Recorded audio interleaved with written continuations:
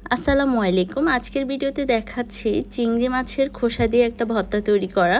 এই জিনিসটা আসলে খুব মজা। অনেকে হচ্ছে পরিচিত বা অনেকে কখনো ট্রাই করেন নাই। সো আমার ভিডিওটা দেখে অবশ্যই ট্রাই করবেন। তবে এখানে একটা জিনিস হচ্ছে যে ফ্রিজে রাখা চিংড়ি মাছটা না, এটা হচ্ছে আমরা যেটা ফ্রেশ একদম পুকুর থেকে মানে নদী থেকে বা ধরে আনা একদম ফ্রেশ চিংড়ি মাছ যেটা, সেই চিংড়ি মাছটাকে তেলে অর্থাৎ হচ্ছে যে আমাদের যে রুটি সেকার যে তাওয়াগুলো থাকে সেখানে তেলে শুকিয়ে তারপর এই ভর্তাটা তৈরি করতে হয়। শিলপাটাতেই আমরা বেসিক্যালি এই ভর্তাটা তৈরি করে থাকি, কারণ শিলে পেশে জিনিসের আলাদা একটা টেস্ট থাকে।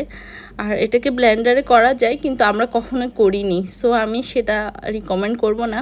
মাছের খোসাটা যেহেতু ফ্রেশ আর হচ্ছে যে যেহেতু এটাকে শুকানো হয়েছে অর্থাৎ তেলে নেওয়া হয়েছে, সো এটা ড্রাই থাকবে। তাই এটা ফিশের সময় ফিউরি বা পানিটা ইউজ করব ফিল্টারের, যেন হচ্ছে যে ফিশতে সমস্যা না হয়। আর যখন আমরা পরিমাণ মতো লবণ, পেঁয়াজ আর তেলে রাখা কাঁচামরিচ আর হচ্ছে রসুন দিয়ে দিব, তখন হচ্ছে এটা থেকেও একটা পানি বের হয়, সো এটা আঠালো হয়ে যাবে।